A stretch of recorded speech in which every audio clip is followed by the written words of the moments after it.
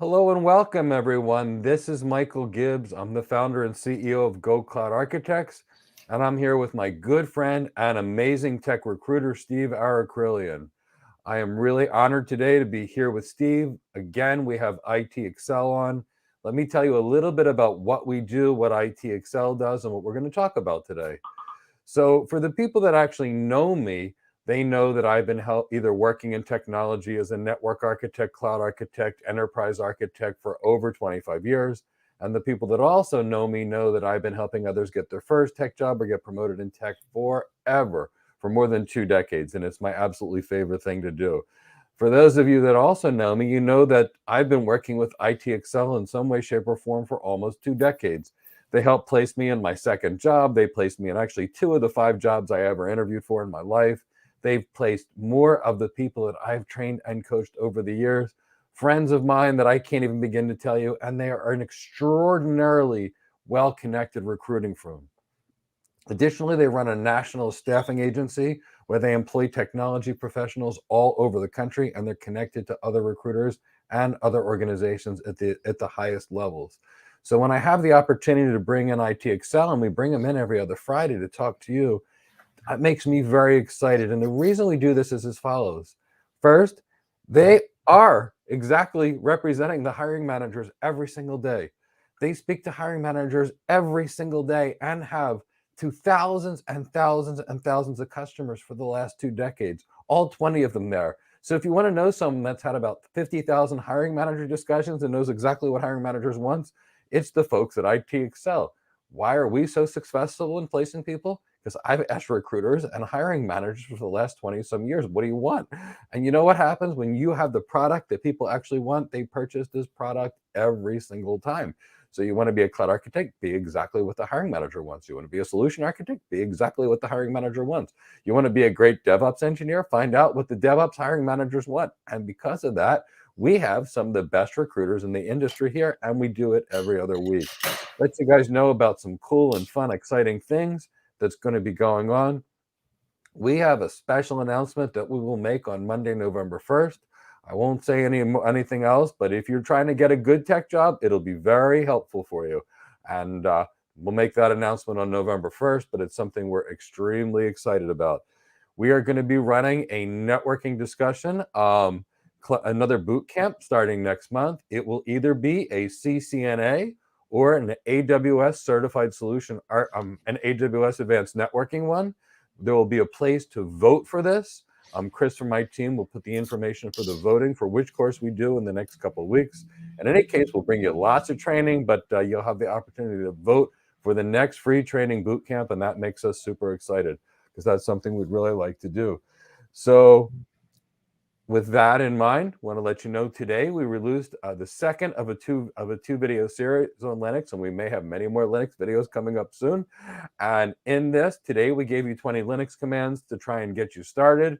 Yesterday we released a video. In yesterday's video, we talked about the Linux architecture, the kernel modules, the memory, all things that you need to know as a cloud architect. So now we've got you caught up to date with some of the things that we're going to do. Today, what we're going to do as follows. Steve and I will speak for about 20 to 30 or so minutes. We'll talk about the lessons learned in helping people find their first tech jobs over the last 20 some years. We'll talk about, what hiring managers desire. We'll talk about the industry trends and the best tech jobs and the things they hear about all the time. And then after that, we will come off of our discussion. We will open it up for questions, and we will answer any questions you have. And if you desire to ask them about any special jobs, go ahead and feel free to do so.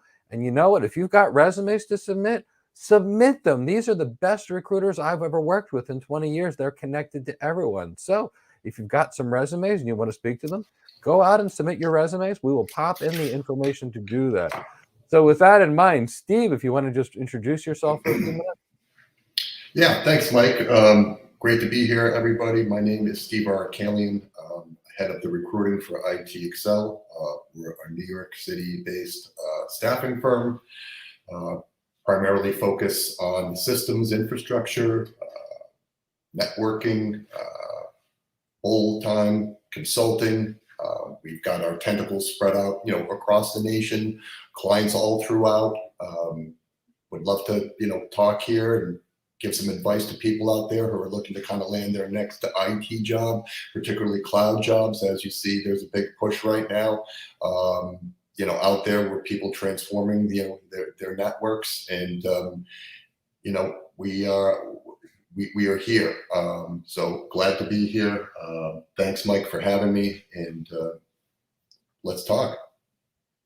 Sounds great. And Steve is being very modest. He's been in this field for a long time and he's helped just so many people. So thank you so much, Steve. So, Steve, in the last couple of weeks, a lot of my people have gotten new jobs. And when I train people, I know I say that it's 50% technical, 50% leadership for these architect roles, but I almost feel like it's more non-technical than technical. I feel like it's even more leadership, even more soft skills, even more of these things. And for the last few people that have been hired, and even for the big cloud companies, my students are being asked one or two really good tech questions. They're answering it really solid. And if they answer it the way they like, the rest of the 5 hours of interviews are all behavioral and soft skills. Now, what are you seeing? Because you represent a different environment. You typically represent either Wall Street or then the nation. So what are you seeing? I'm seeing the same thing. It's, if you've got the experience, you're going for those high level architecture jobs, personality. That's the key. Obviously having the tech experience, but the crux of the interview is usually the focus on, getting to know that person, the personality, how they can acclimate, how they can face with the customers. Those are the big things. Soft skills are the important things. Presentation, how you carry yourself. Those are the big key ingredients, from what we're seeing out there. Tech, it's got to be, but once they hit a couple of those marks, that's what we're starting to see also, especially with the cloud world. And it's interesting because I remember 20 years ago when I started, you could be the best engineer and still not talk to people, and it was okay. But, I saw what I saw was a gradual shift. And then out of nowhere, when the network and the data center got consolidated in one center, and it became real easy to do things. To me, it's like overnight, everything shifted towards architecture because now you don't need 100 people to build the network. You can have 2 instead of the 100. So now it's much more design, and in design, I'm saying like it feels almost to me like if I could train people to be an executive and then just give them fundamental tech skills, it would almost be enough. I mean, that's not what I do, but I almost feel like I could just train someone to be an executive, and then here's the 20% of the architecture, and people could probably survive with that. Well, and they still need the engineers as well. Yes. I mean, absolutely, of course. I mean, you're seeing that with the level, but I think, there's opportunity out there for the folks that are going to go and, get their hands dirty. But obviously we're talking a little bit more at the executive level, those are the skills and what people want to see. But it's interesting. So I think you're seeing two sides of it. You're seeing the architects, which are much more executive level. And now you're seeing these engineers have to go in a very different direction. At least that's what I'm seeing. Because it used to be the network engineer like me just did BGP or BGP and OSPF. And then there'd be a different network engineer that would be doing switching. And there'd be a different network engineer that would be automation. And, as a lot of these things got simpler, these engineering roles to me almost feel like they got a little bigger. A little bigger. Yeah. But more, expanding and having, you needing to know more than just the average person. You need to be kind of multifaceted is what we're starting to see out there as well. You can't just be a one-trick pony per se. No. That's important, just to keep up on your skills. And, if you're not doing that, you'll find yourself kind of at a disadvantage. Yeah, and keeping up with the skills is kind of interesting because I mean, I've always been an advocate of being great at something as opposed to almost good enough at a lot of things. But that great at one thing now, I mean, that's getting a little deeper. So it used to be that on the network I could focus on just BGP. Now I can focus on optimizing routing.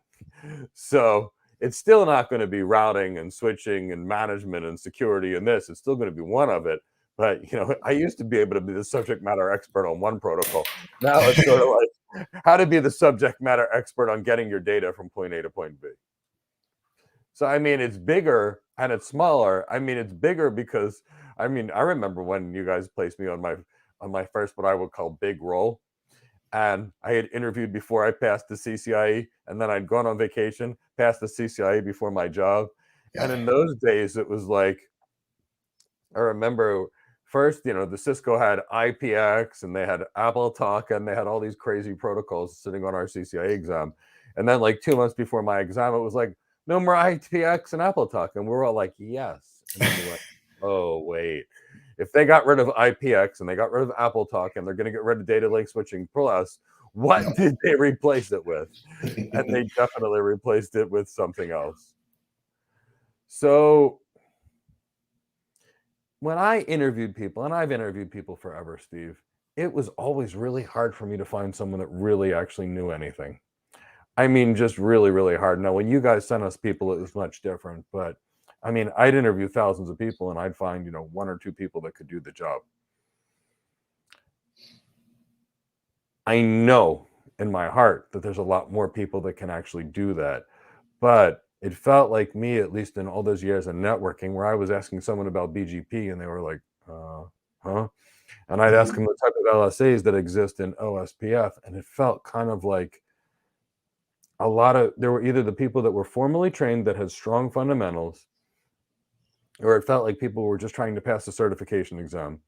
And basically, they'd buy a book, they'd get 20 pages into the book, they'd hate the book, they'd buy a practice exam, then they'd memorize the questions and answers, they'd pass the exam, and then there was that. Are you seeing more paper certifications now or less paper certifications? I'm starting to see it. I'm starting to see. I mean, with the cloud, I'm starting to see a lot. I'm starting to see just a lot of different certifications where people are just kind of thinking that, well, this is going to help me land that next job. What I'm seeing is the real world experience and what you're doing,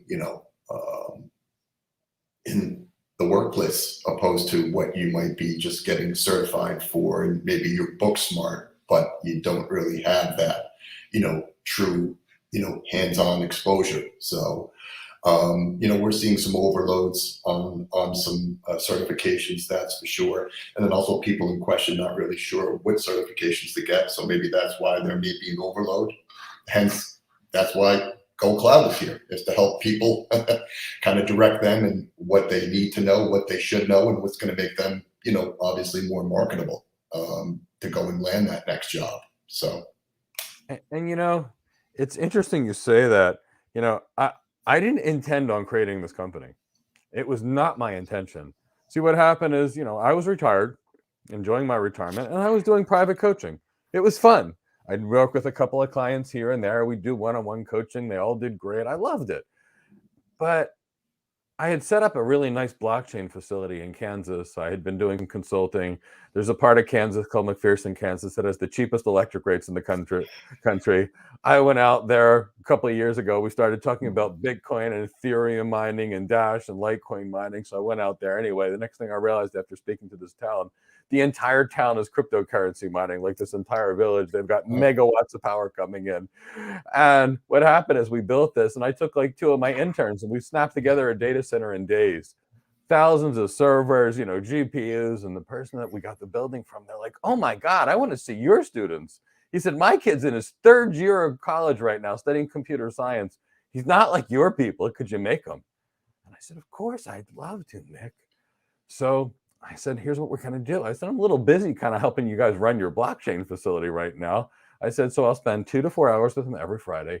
And I literally bought him the top 3 best-selling cloud computing trainings, all from, one little island and or continent, you could call it. And I was all excited for him. And I said, you go watch these things, and every Friday you and I are going to get together and I'll coach you. And he 2 days later, he calls me. He says, guess what, Mike? I've set up a virtual machine, or he said, I set up an EC2 instance and I set up an S3 bucket. I said, great. And then he says, what are they, Mike? And I said, what do you mean? He said, well, I've configured this S3 bucket and I built a bucket policy, but I don't know what it is. And he said, and there's this thing called an EC2 instance, and I set up an EBS volume, but I don't know what the EC2 instance is, and I sure don't know what this EBS volume is. And I was like, what's going on? And literally speaking, I watched those videos in horror and disbelief. And it literally was speaking with the name of the service, how to configure it, the name of the service, how to configure it, the name of the service, how to configure it. And every day I see these same providers talk about how that's going to get someone hired. And a Slack channel, as if Slack is a strategy to get people jobs, not employers, not resume, not developing the right skills, but Slack. Slack is how you get hired. Everybody just go to Slack and a recruiter is going to find you and therefore they're going to hire you. And when I saw these things, I was flabbergasted. So that's why we did the free Certified Solution Architect Associate book. That's why we did the free Certified Solution Architect course. That's why we made a $9.99 Certified Solution Architect Professional book. It was really to give people an opportunity to go build the careers, because these tech careers are great careers, but you actually have to do the career to be able to teach it. I don't think it's enough to just take a certification exam, buy a webcam, and then just make some PowerPoint slides and talk. I really want people to get hired, and that's why I bring in experts like you, Steve, and that's why I'm so grateful you're here. Oh, and no better place for your people to be and to hear with what you're doing. Again, you've been in the trenches, you've been there, you've worked at these companies. It's not like you're just a book guy and teaching this. You have that, and so I'm hoping these people that are watching recognize who they're speaking to and how lucky they are. I'm very lucky to be on here and appreciate it very much. And I think what you're doing is tremendous and really good stuff. And thanks. And that's why I'm excited to have you guys come too. To me, it's about, if we've got all these great job seekers that are out there, and I know there's so many of them because I speak to them every day, and we've got these employers that literally can't fill these jobs. There's just so many of them. So once we fix the skills gap, and it's not just that I'm saying fix other people's skills gap. I had to do it myself. When I started tech, right before you guys placed me on my second job, when I started tech and I was at MCI WorldCom, I was practicing internal medicine right before that. And I had been out there, and I before I spoke to recruiters, you were the guys that saved me. Before I spoke to recruiters, I took this 5-day, $5,000 MCSE bootcamp. Then I became a CCNA. Then I took this 10-day, $11,000 CCNP bootcamp. Then I became a CCDA, a CCDP. I went and applied 5 times for my first tech jobs with 3 professional certifications, and I got denied. And then a buddy of mine says, call a recruiter. And I said, why call a recruiter? And he said, the recruiters will send you straight to the hiring manager, and you're going to skip HR. And I was like, okay. So before I burned my buddy's friend that was the recruiter, I went and called recruiters in California and Oregon and places where I knew that would be too far away for me to move to try and get a sample. And then the recruiter said, this is what hiring managers want. I'm like, okay, if this is what hiring managers want, and this is where I'm at now I've got a list. The recruiters gave me my list. I literally said, recruiter said I need this. Here's where I'm at. I built a list. I did and then I filled in everything the recruiters told me. I went on my first tech job interview and I was hired. And you know what? I've never interviewed for a company that didn't make me an offer, because the recruiters told me, hey, this is what the hiring manager wants. Be what the hiring manager wants. We just wrapped up a deal with the same instance where the resume was sent direct to the director. Interview was made, meeting was made, offer was made, negotiations were made, offer letter was made, background checks. Not once was human resources involved. We did the background check. The director had to pump out the letter. It was almost, if it was, conducted in a different way, who knows how long, if anything, even would have happened, even in negotiation, being able to negotiate and do these other things and get this, candidate more money and more options and work from home and 10 minutes from his home and all these other things. If you're not dealing directly with the source, sometimes it turns into maybe nothing, if not a nightmare. So we call it a cluster. Yeah, I guess that's the best way you could put it. The best way I can describe it is this: I've sent so many people to recruiters like you, and you've placed so many of my people.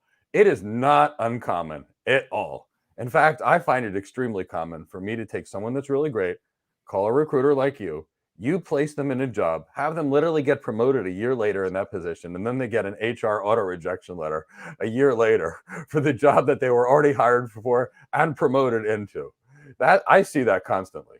Yeah, yeah, that happens. That happens again. The big black hole. And when you're looking for work and you see that job, you think it's just you. You think you have no other option, and that's where we kind of come in. Do we have relationships with everybody? Not everybody, but we've got lots of relationships. And just because we're based in New York City doesn't mean that we're not spread out. Especially with this day and age and people working remote. Of course, the focus of our business and where we started has been, in the tri-state New York City area. But, that's changed. I mean, we've been around for 20 years. So, Yeah, and I don't want anybody to think that I dislike HR. I want people to yeah, understand the HR problem, because it's not HR is not being this way for no reason. There are so many people out there that when you talk to a cable company, I mean, and nobody's going to consider the cable company to be, world-class customer support, high-performance organization.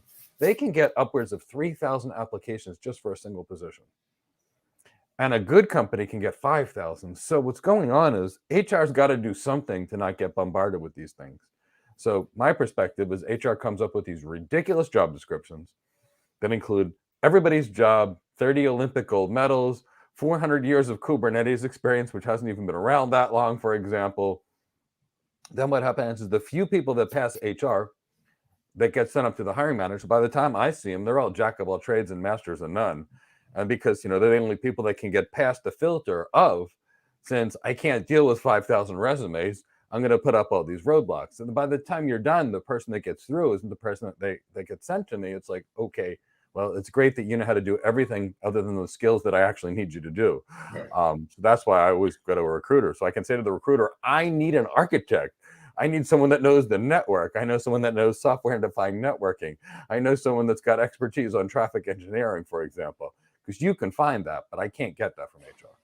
And how is HR vetting candidates opposed to, do they have internal recruiting? How skilled are the recruiters that they hire internally? What's the flow? Who's vetting these resumes? How are they? Again, I'm not on the inside, so the question kind of remains to be seen. With the big, even the big investment banks out there. How do they run it? It seems just the thought of it makes me dizzy, and it's just got to be utter chaos. People applying all over the country, all over the world, and how are they managing that? They're managing with lots of automation, complex Yes. systems, tracking systems that search for keywords, things that basically speaking, if you're not a search engine of your resume expert, the only Mhm. thing that's kind of out there is you're just getting blocked, blocked, blocked. And that's where, that's why I love having people like you on. Actually, I mean, I typically only have you guys on because, I feel so strongly about the firm that you have and the results that you've actually given people. You But may be a little bit old-fashioned, just so you can put the hands on the resume to look. I mean, this is not a resume, but just yeah, the paper, just to look and of course, it's more digital, but in looking and understanding, and opposed to just automation and something pops in and you look and it's and it's stability. It's also vetting for clients, and there's all things that they're looking for. totally. Unsteadiness, and your employment depends on the level and the clients, but there's a home for everybody too. So That's the key. You said it. There is a home for everyone. Everyone, regardless of your strengths and skills, there is a place for us. And that's what I think is so important. If someone really likes to do maintenance, then sysops is a good role for them. If someone really likes to automate, then DevOps is the best job in the world. If someone really loves the network, then the network architect is the best job in the world. If someone like me really loves to do transformation of the business, I'm really an enterprise architect. Now, whether I'm working as a cloud architect one day or a solution architect or a network architect, I'm still doing the same enterprise architect job. I typically focus at the C level and the business process re-engineering and the technology to support business optimization. It doesn't matter. The key is there's a place for all of us. The key is just doing what you like. For the people like me that like to be outgoing, that like to lead a team, we're architects. For the people that like to get their hands dirty and build and really be deep technical, they're cloud engineers or network engineers. There is nothing done without the engineers. I mean, there's nothing. Now, I live in an architect circle where I'm, influencing budgets one day and also talking to tech teams. There's nothing done without the engineers. People have it in their mind that the architect is this deep technical position. It isn't. The architect is a very deep leadership position. It's a very deep, exercise influence position. It's a very deep, business position. How do I transform the organization? And it's up to me to go find the cloud engineers and the other smart architects to help me build the design. It's not up to the architect to be the expert of all things. The architect's expert is the transformation that they can do. How do they change that business? And that's why, why I love having guys like you on, because you guys get it and you guys know that's what the employers are looking for. So for me, I want the people in the cloud architect community to know that for architects, if you just study the tech, you're not an architect. And you will never be hired as an architect by learning just the tech, because that's not what architects do. Architects are business people, and you need as an architect a very big business skill set, a communication skill set, an executive presence skill set, an emotional intelligence skill set. That skill set is every bit, if not more important than the technical skill set. Talk to 6 of our architects that we placed. You'll talk to them, you'll understand why they got hired as architects. Exactly. They're very executive oriented, great communication skills, lots of posture, lots of presence. Now, by comparison, that architect, if they tried to be a cloud engineer or a network engineer, that is not a good fit, because that architect is not technical enough to be that engineer. They may have been at one point in their career, but they are not now. Yeah. So again, when you've got an architect applying for an engineering job, you've got a mismatch, because the architect's skills lie in design and communication and sales, where the engineers lie in building and configuring. So those kind of things are really important. Trying to explain to the architect who's maybe not desperate, but trying to find that next thing to say, well, I can do that. Well, sure, but how long ago have you? And that's going to come out probably in the interview. And I think that's really, really important that people know, get exactly what they want. There is a place for everything. My mother used to say there's a lid for every pot, and I firmly, firmly believe that. I've taken some people that love the computers and I've turned them into Linux engineers, and the careers they've built were amazing. I've done the same thing with people that like the network. I've taken people that are more like me, that are more outgoing, and it's like, okay, you need to be an architect. And you know what? All I did was teach them architecture, and they worked as architects because their personality was suited to it. So I think it's anything to be happy. You have to do things that, are going to fulfill you. Absolutely. Finding that thing that drives you. Like you say, someone might be more into sysops, someone might want to be more playing with toys. Some people like interacting with executives. So, everyone finds their own niche. And some it takes a little bit longer. So. And, that's a good point. Some people it takes a little bit longer, and that's okay too.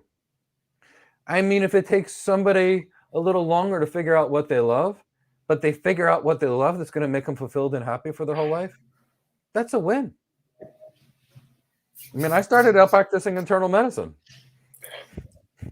I mean, as crazy as that sounds, that's what I know. That's what I went to school for. I've got 7 years of education in internal medicine. The only difference is, what happened was, I just love tech. Mm-hmm. I mean, to the point where, I was spending $30,000 a year on tech in 1998 because I liked it so much. I was buying Cisco routers and Cisco switches and building servers and buying servers and Dell refurbished servers, and I had switches and routers. My house sounded like a jet engine, and it was what I loved. The noise, yeah. It's what I love. Now people come into my house, they're like, "You seem like a normal person." I'm like, "Yeah, very normal." And they're like, "No, you seem like a normal person." And then somebody walks through my house and they're like, Why is there 4 servers in this room, 3 servers in this room, 2 more servers in this room? What's that, a storage area network? Do you have a RAID array in your house? Why do you have 2 firewalls? I'm like, well, if one of my firewalls goes down, I've got to have a backup. And they're like, and just the other day, I'm on the internet, we're giving our presentations. One of our firewalls goes down, BGP kicks in, we flipped over our second internet service provider, 30 seconds later, we're up. And we're like, people are like, I'm like, yeah, that's why we use BGP, because we take in both routes from 2 internet service providers. And when one fails, we switch over to the next one. And it's like, this is my house. So I try so hard to say I'm not technical, I'm an architect. I've got, I can't even begin to tell you, I have well over 200 CPU cores in my house. You got to keep those engineering skills up to speed, right? So I do, exactly. I don't know. I don't know. I mean, from what we're talking about, it sounds like, we're going against the grain here. I mean, yeah, you're an architect, but you still can do engineering. So maybe we could get you that job. Do you want to be an engineer again, Mike? In my early days, it was really fun, but I don't really want to do that anymore. I gotta say, when I did it, it was fun. When you guys got me that first Wall Street job, it was amazing. I had no idea how excited they were going to see me. So I had taken this job, and I had said I needed to be away for 3 weeks, because they always give you a starting date. And they're like, okay. They're like, not 2. I said, no, I've got to go take my CCIE exam. They're like, okay. They assumed I wasn't going to pass it, because nobody passed it in those days when it was a 2-day exam. So they're like, that's fine. And I remember calling them while I was there, telling them I passed it, and they were so excited. And then I remember showing up to my first day of work, and there was a box, and it was literally filled with binders and documents. And they're like, hi, Mike, here's something for you. And I'm like, what's this? And he's like, well, there's a lot of BGP projects we've been waiting on. There's a few of these projects. So they're all here. We're all excited for you. And you know what? It was fun. It was a whole lot of fun. But in today's world, do you find it being more demanding being an engineer or an architect from because different functions, but in your experience? I found that when I left engineering and moved into architecture, I did half the work and got paid twice as much. So it was like I was getting paid 4 times as much to do the same job, but an easier job. So I love engineering. I have deep respect for the engineers, but I feel like as an engineer, you work really hard.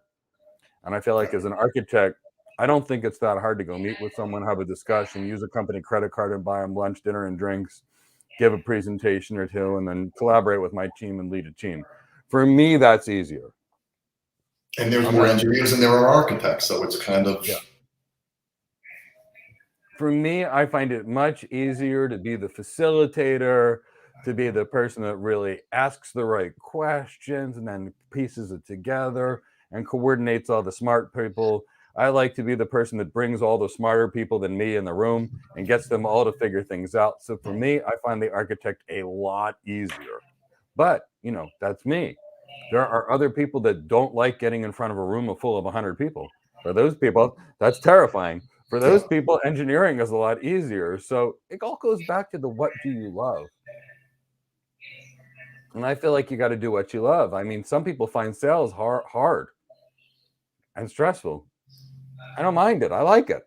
But to other people, it's tough. To me, I used to train martial arts, to the point where, I would work out until it hurt. In fact, when I was training with a group of special warriors, they used to train us with those, the stun guns the police use to try and stop you if you're doing something wrong. Yeah. We train with the stun guns, and that way, if you would get stabbed, you'd get hit with the stun gun, and that way it would hurt real bad, but you wouldn't lose a limb, and that's the way we trained to be mentally tough. Wow. So for the people that I was training with this group of special operators that were training in martial arts, that was fun and relaxing because they got to be educated. To other people, that sounds like torture. So, it's all what our mind frame is. It all is what we're training for. But I will say this, the tougher you are, the harder you're willing to work, the more you're willing to fight, the more things and the more opportunities really become available to you. Oh, absolutely. Absolutely. At least for me, it's never the smartest people that are on the top. It's not the most educated in a lot of cases. They could be, but to me, it's those that are willing to just work, and work some more. When they see an obstacle in their way, they just obliterate it and crush it. Yep.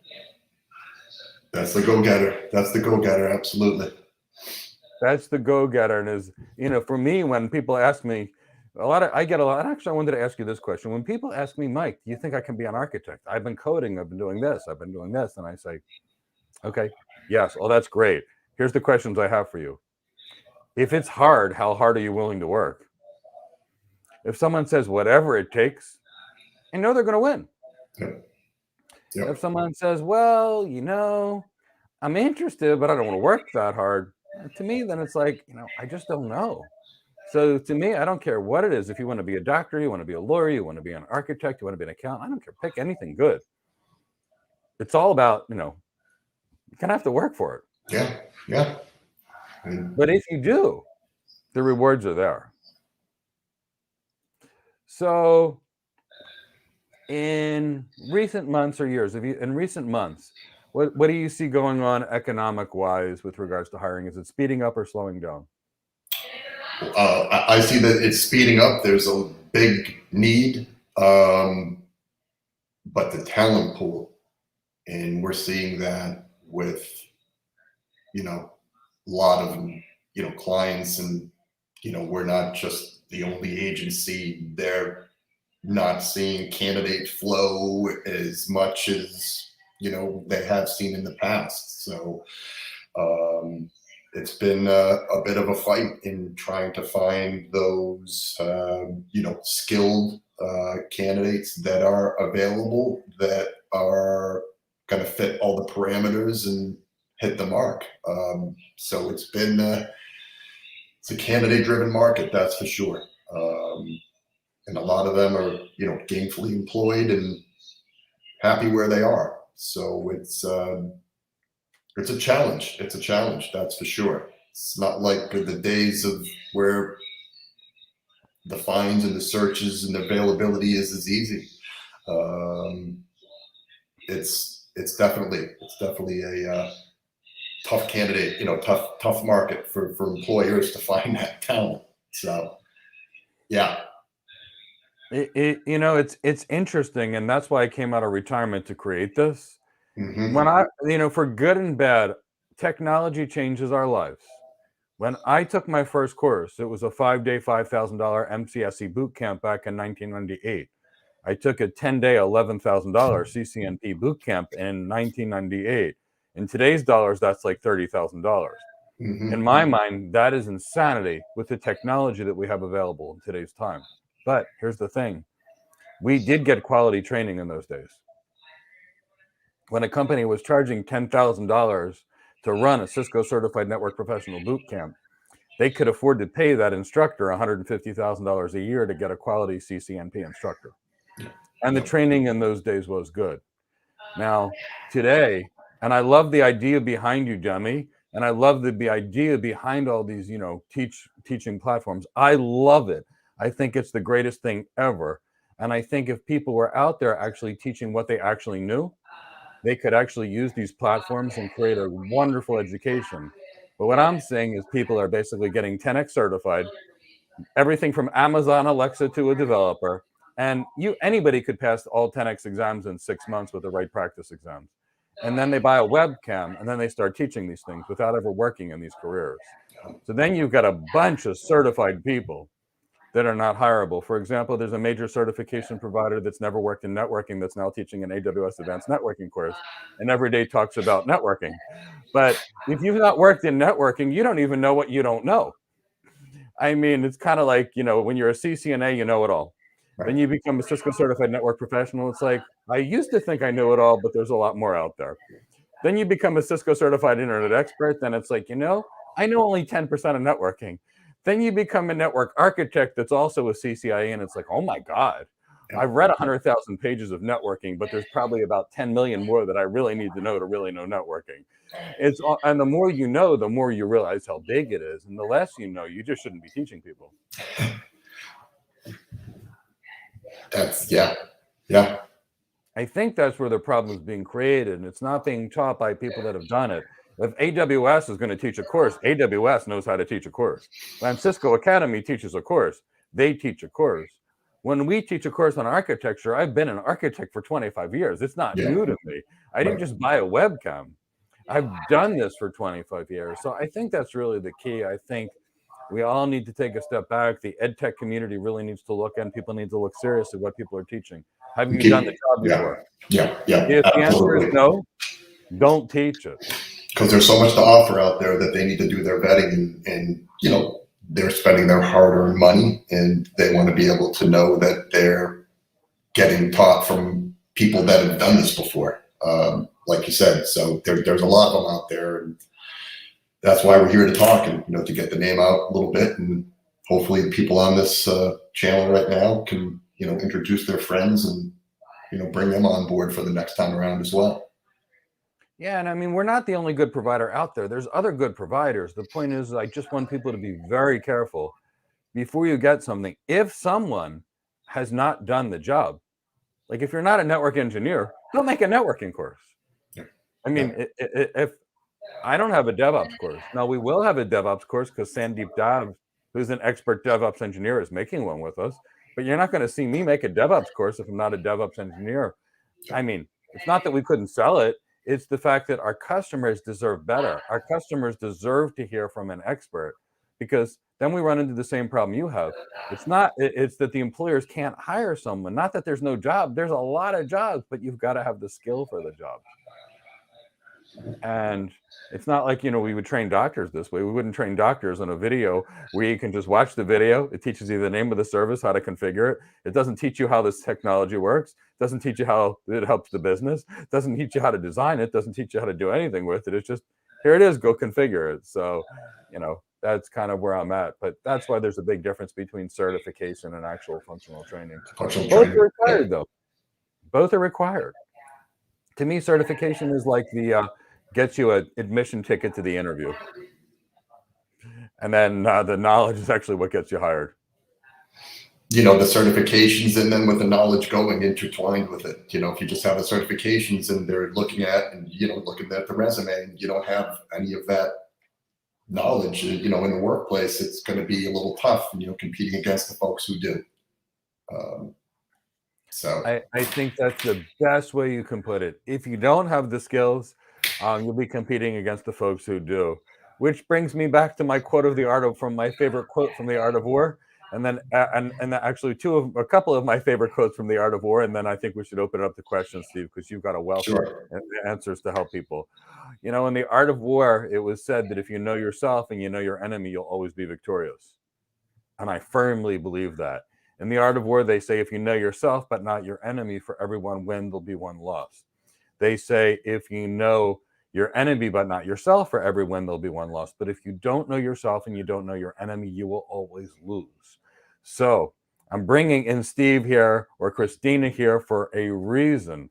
They know your competition, and they also know the hiring manager, so they know what the receiving end needs.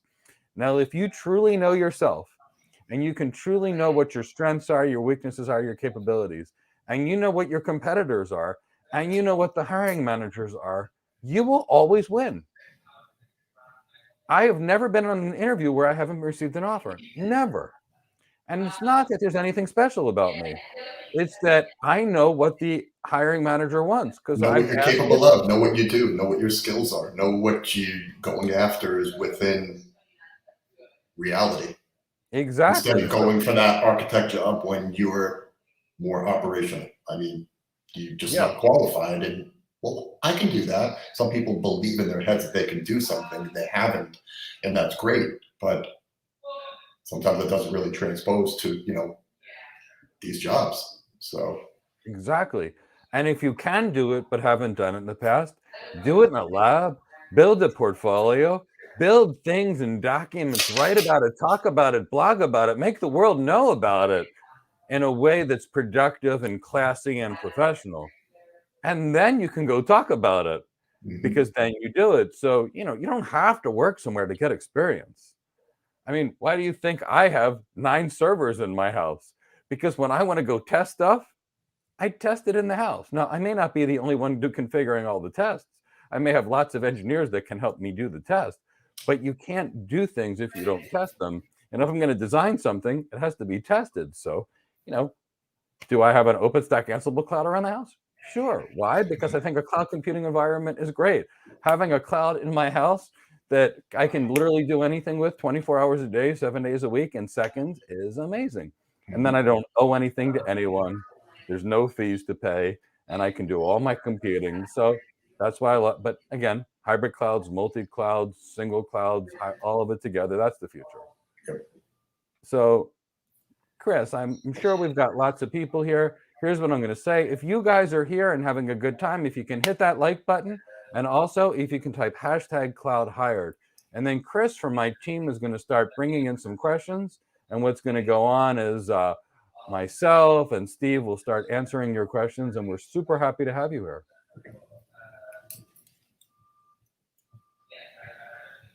Sim Davis. Good morning, Mike and Steve. You have just discovered Mike's courses, and as an educator who got into DevOps, the discovery of the solution architect has been a fresh air. Thanks, guys. Thank you, Sim. So nice to hear from you. B3 Collector. Good morning. Registered yesterday. I look forward to working with you. Fantastic, B3 Collector. I'm excited to work with you too. And we have class at noon today, so I'm excited to see you join. Hope you can attend class live. If not, we'll have the replay. Yes, please vote on the next boot camp. We're going to do some free training for you. We love you in this community, and we want to do anything we can to help you.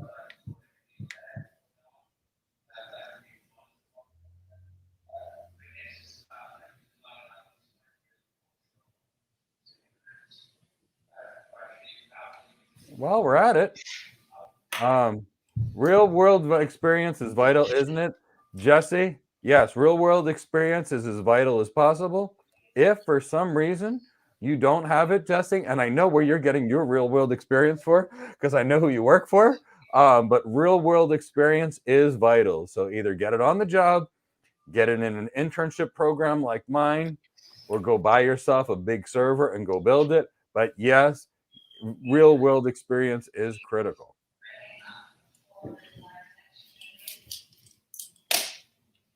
And Jesse is actually, we'll go back to SM7. Do recruiters help candidates with pay range knowledge, and do they help them negotiate the highest amount? I'll bring this over to you, Steve. Yeah, I mean, we can help candidates with pay range knowledge. The pay range depends on the role. Of course, the employers have kind of their range and their budget. I guess depends on the role, and geographically speaking, you know, the ranges may vary a little bit, not all so much. But and as for helping negotiate the highest, you know, of course, we're here to help out the recruiters. We're here to help our employers as well, to make the marriage and make everybody as happy as we possibly can.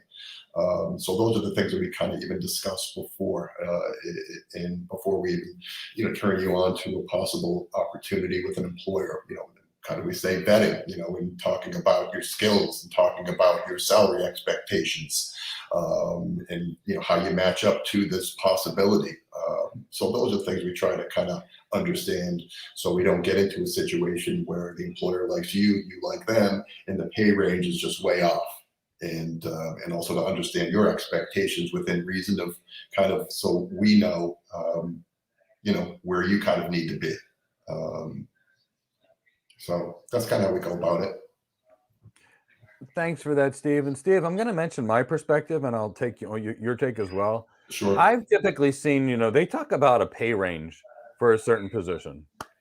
And, you know, I got to tell you, in my career, you know, there's the pay range, and well, let's make it simple. We use a standard deviation with 100,000 in the middle because I'm not great at math. Mm-hmm. And they show you a range of 66 to 150, with 100 is the median average or mean average or what have you in the center. I see there are so many more jobs that are so much higher than the top end of that pay range. And to me, it's all, but that's all. And I know this sounds crazy because I've applied for these jobs, and then there was a pay range, and then all of a sudden the offer was so much different and so much higher. Is that all coming in because of the soft skills and the executive communication skills that they just found a different way?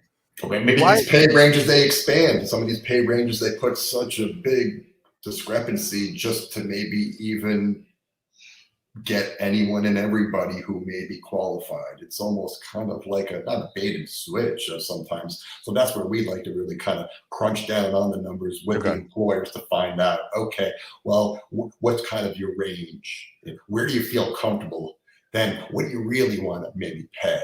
You kind of have to push the envelope a little bit more. Sure, if you're looking at that job posting for Morgan Stanley on their website and you see that the pay ranges from 90 to 150, wow, that sounds great. Well, how come I can't, get 150 if I'm qualified for this job? So, and that's where I can see the confusion with people kind of wondering, well, hey, sure, this is range between 80 and 150. Well, I'll take the higher end. So, but relative to job functions and industry standards, that's where people kind of get confused. Kind of what you've been doing and what your salary has kind of been. I mean, to make a big jump, not to say that you wouldn't deserve it, but to go from 50K to 150 might be pretty difficult. So Yeah, fair people have to point. have their expectations within certain, understanding. But we help. We're here to help with that negotiating and understanding, the salary.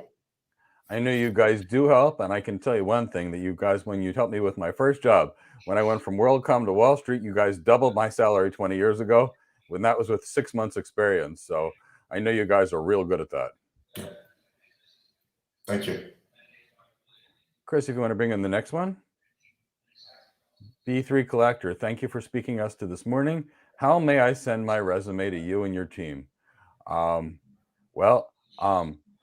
the info at itaccel.com is on the ticker down there. B3 Collector, please definitely do that. And I want to make sure that anybody that wants to send a resume to IT Accel, look, these are some of the best and brightest in the industry. If you've got the skills, they can help you find what you need.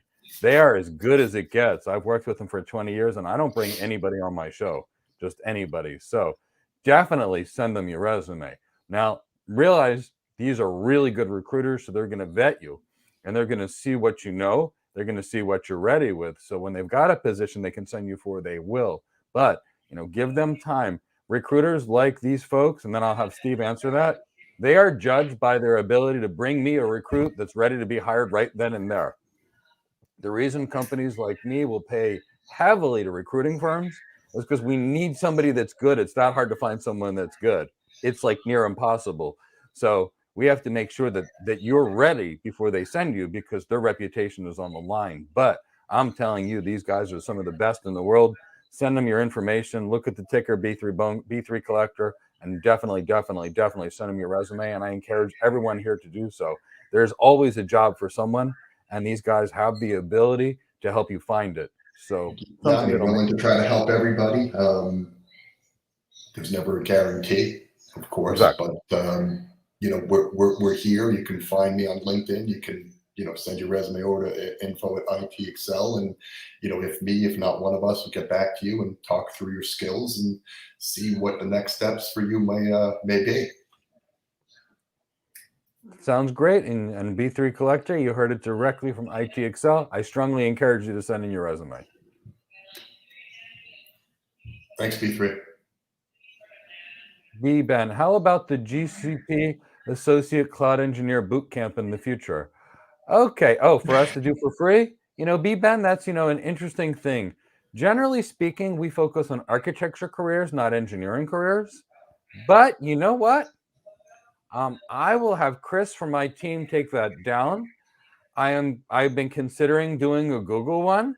Maybe what we do is we do a Google Professional Cloud Architect one at some point in the future. And that way you could use it for the associate engineer as well as the cloud architect. We tend to focus much more on architecture, but realistically speaking, we will put that down as one of the possible free certification courses we do in the future. Remember, Ben, we're focused on getting people hired versus certified. They're different aspects. But you know what? That looks like something very fun to do. It looks like something that the community would like. And Chris from my team will take that down. And you know what? We're going to start having voting competitions for free training and workshops, and any ways for you to tell us what you want. So Chris from my team will take that down, and we will talk about that in the future. So definitely B-Ben will consider that. Mark Barry just registered. Wonderful. Please be on the lookout for a Welcome to Go Cloud Architects email. We're going to have a really great class at 12 p.m. today, and I can't wait for you to join us. So please look for that email. And if you don't get that email, reach out to admin@gocloudcareers.net so we can make sure we get you in class today. Learning as much as possible, as fast as possible. And that's great that you can maybe offer some of the other, cloud, Google and Microsoft. So, Yeah. we're working with some hybrid cloud MSPs right now. I mean, looking for some Azure, folks. So that's another thing to talk about out there. Absolutely. That's so important, Steve, that all of our students, we train on every cloud. So when students in our Cloud Architect Career Development Program, we don't just do AWS, we don't just do Azure. There's no such thing as just AWS or just Azure. In today's world, an organization is going to, if they have a data center, they're going to have a Nutanix cloud or an OpenStack Ansible cloud, and they're going to connect to AWS and Azure, or Azure and GCP, or Azure and Oracle. So there's always going to be more than one cloud. So we definitely do that. So totally, Steve. Now, Tide's question, would it be okay for a young person, say 18 to 20, to go through the bootcamp, graduate, and get a different job? The answer is yes. Tide, I've got a tremendous number of students that do it while they're in college. Now, I'm also going to say, Tide, that I've also had young people that have graduated and gone straight into architect roles, or straight into technical account manager roles directly with AWS in their youth. Now, it's not every day. It's much harder to do it for someone that's younger than someone that's older, because when we're young, there's a perception of lack of experience. When we're older, it's perceived that we have wisdom, so it's almost bonus points for being a little bit older.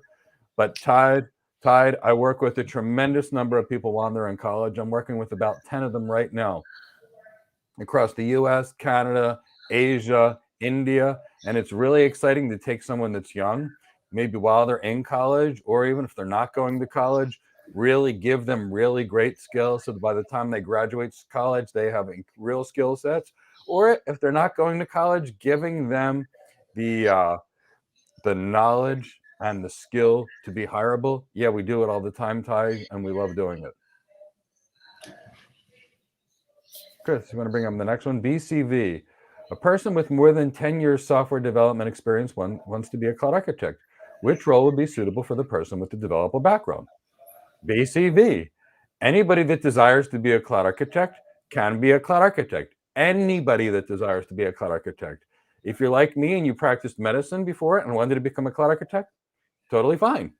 If you were in sales and wanted to be a cloud architect, totally fine. It's just the training. So BCV, what is a cloud architect? A cloud architect is an expert on the cloud. What is the cloud? It's the network and the data center. It's not software. It's the network and the data center that's just been virtualized. What do we do as a cloud architect, BCV?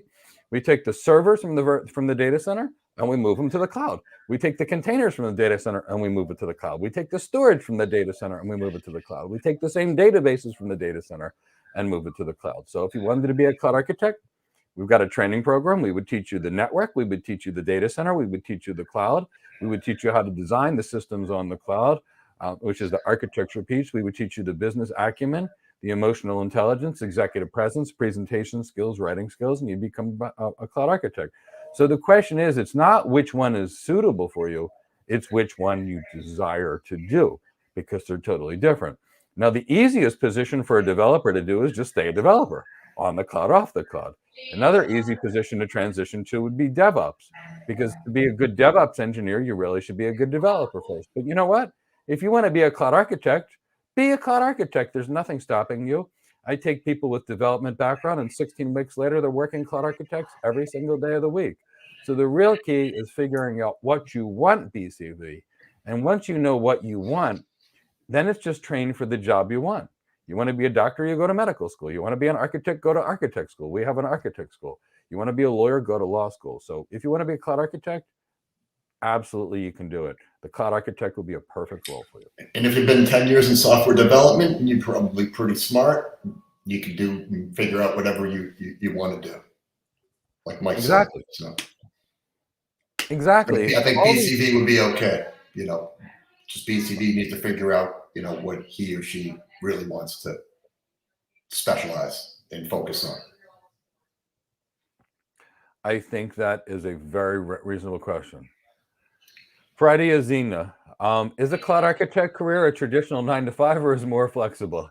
Well, Friday, I'm going to say this. I don't know of any professional job that's actually 9 to 5 at all. Now, I will say being an architect is relatively flexible by the job requirement. Why does it have to be a flexible job? Well, every architecture is different and every customer is different. So Friday, a lot of what we do is go have a conversation with the customer. After we have a conversation with the customer, we ask about their business goals, their business challenges, their legal challenges, their pain points, all the things that we're going to do. Only then are we in a position to start examining their systems. One company's systems you may be able to examine in an hour. Another company's systems may take you 100 cloud engineers and 6 months to a year to even figure out what the company has. So because of that, it's always, always, always going to be a different day. So architect jobs by very definition are flexible. Some days you'll be working from home. Some days you'll be traveling to the customer site. Some days you'll be presenting. So they are there. Is remote work their option? Yes. I have worked remotely as an architect since 1999. So the answer is yes, you can absolutely. The only time I didn't work remote as an architect was for a period of about a year when I was working on Wall Street, because for some reason they demanded that I was on site every single day. So when I had real work to do, I stayed home, and the rest of the time I went to the office. And when I'd stay home, I'd say, I have to get this done, and I can't afford to be at my desk and have somebody come to me every 3 seconds and ask me for advice. And then I would work from home. Because when I went to the office, here's what would happen. People would complain about this. They'd complain about this, complain about this, complain about this. And all I wanted to do was work. So I'd go home, work from home, and it would be great. So Friday, it is a very flexible job, and it is a great career. Yeah, you see the mindset from being in the office to not having to be in the office, and the demand that once was and maybe not as much now, and just how things are changing. But then you get some, companies out there that want you, in the office. And so you see that change. And then the commute, why commute 3 hours a day back and forth when you can be more productive working from home and getting the job done. So then your 9 to 5 is more realistically 9 to 5 opposed to, 9 to 9 every night commuting and the workload and everything else that comes with, life in general. It's not just work. Well, life goes on as well. So how do you manage all those things? But to answer the question, is there a cloud architect career at 9 to 5 traditionally? I would say no. No, I don't. Not traditionally, that's for sure. Mark Barry, this is going to be a question for you, Steve. Does IT Accel work with job seekers all over the country or primarily New York, specifically Dallas, Texas area is what he's asking about? Well, we do work all over the country. Like I had mentioned before, a lot of our clients, stream from New York, tri-state area. With that, of course, a lot of investment banks, financials that are spread out across the country, with different co-locations, et cetera. So yes, Dallas specifically, we are working with some opportunities in Houston right now, not specifically Dallas today. But that could change. Things change day to day, week to week with, the requisitions that we get from clients all across the country. So, yes, we do work all over the country. Dallas, not right now, but feel free to reach out to us and we'll see if we can maybe try to get going on for you. And we can always be proactive and, calling into folks and employers that we know in that location to just kind of market a candidate. Depends on with what you do. Hey, I've got so-and-so with this type of skill set. Jim, could you use somebody like that? Those are things that we do that some recruiters don't necessarily do as much in this day and age. They're just kind of waiting for the opportunities to flow in. We're also reaching out to our clients to maybe selling that candidate that they kind of haven't thought about needing. They kind of, on the fence. And so feel free to reach out. We'll try to help you out, Mark. And that sounds great. And actually, Steve, I'm willing to leave an extra 5 to 10 minutes in the end if you've got any special positions you guys are trying to fill to talk about. I'm more than happy to leave some time in the end because, Sure. want to do what we can for you and your clients, but also for the people here. I want to get everybody cloud hired. So, If you're here and liking it, hit the like button. Tell others about what we do, share about what we do. We want to make sure we help get the entire community cloud hired. Chris, if you want to bring in another question on Friday, you really celebrate our IT Accel. Are they representative of other recruiting agencies? Friday, let me give you the honest answer. We do work with a lot of recruiters. We have about 250 of them in network for our students. I celebrate IT Accel for a reason. They are really good. Not all recruiters are equal. IT Accel is exceptional at what they do.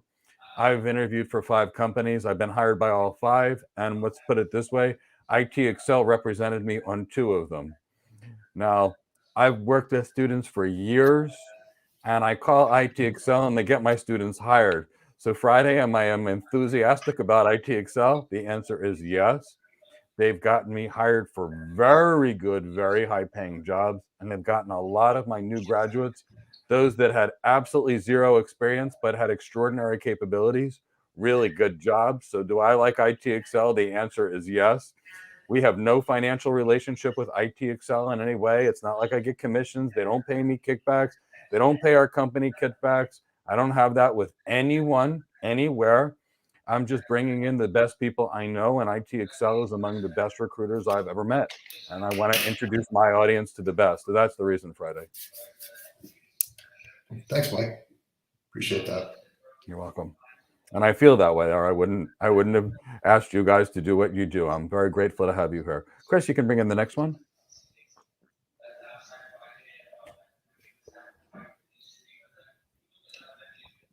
I know Chris has got a pretty big job back there. Pierre Lincoln. Good day, Mike and Steve. How much cybersecurity do you need to know if you're going towards a cloud security architect? Well, I think we're both going to answer that. Pierre Lincoln, if you want to be a cloud security architect, you must have good knowledge of security, meaning strong knowledge of firewalls, IDS, IPS systems, access control lists, all of the host-based firewalls, anti-malware protections, how to lock down systems, how to create a security policy, how to educate your people against anti-phishing, anti-malware, social engineering, etc., etc., etc. You need to be great, Pierre, from my perspective. Now, Steve, you place cloud security people all the time. What are you hearing for cloud security?